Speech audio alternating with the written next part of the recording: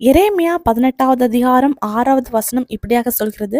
இதோ இஸ்ரவேல் வீட்டாரே, களிமண் குயவன் கையில் இருக்கிறது போல நீங்கள் எரேமியா 18வது அதிகாரத்துல ஒரு சம்பவம் சொல்லப்பட்டிருக்கு. எரேமியா தீர்க்கதரிசிடம் கர்த்தர் சொல்றாரு, நீ எழுந்து குயவன் வீட்டிற்கு போ, அங்கே என்னுடைய வார்த்தைகளை உனக்கு தெரிவிப்பேன்னு சொல்றாரு. கீழ்ப்படிந்து எரேமியா தீர்க்கதரிசியும் குயவன் வீட்டிற்கு போறாரு.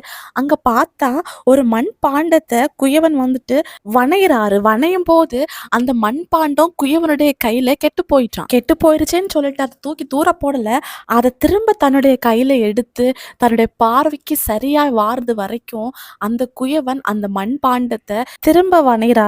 அப்பதான் கர்த்தர் திரும்ப எரேமியா தீர்க்கதரிசி கிட்ட பேச ஆரம்பிக்கிறாரு. இந்த குயவன் எப்படி ஒரு பானையை வணைகிறாரோ அதே மாதிரி நான் உங்களுக்கு செய்யக்கூடாதோ?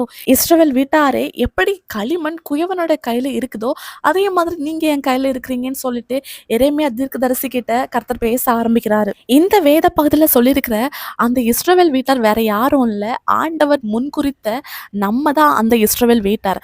நம்ம ஆண்டவருடைய கையில எப்படி இருக்கிறோம்னா ஒரு களிமண் மாதிரி இருக்கிறோம். நம்முடைய ஆண்டவர் ஒரு குயவன், அவருடைய சித்தத்தின்படி நம்மள வணைவாரு.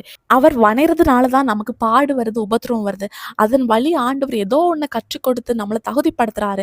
எதற்கு நம்மளை தகுதிப்படுத்துறாருன்னா நம்ம ஆசீர்வாதமா இருக்கணும். சில ஆசீர்வாதங்களை நம்ம பெற்றுக்கொள்ளணும் அப்படின்னா சில பாடுகள் வழியா போய் தான் ஆகணும். ஏதோ ஒன்று ஆண்டவர் கற்றுத்தந்து அந்த ஆசீர்வாதத்தை நம்மளை வச்சு சுந்தரிக்க வைக்கிறாரு.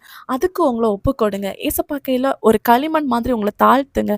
ஆண்டவர் உங்க வாழ்க்கையில பெரிய அதிசயங்களை செய்வாங்க. விசுவாசிங்க, அற்புதங்க எதிர்பாருங்க. இயேசு கிறிஸ்துவின் நாமத்தில் ஆமென்.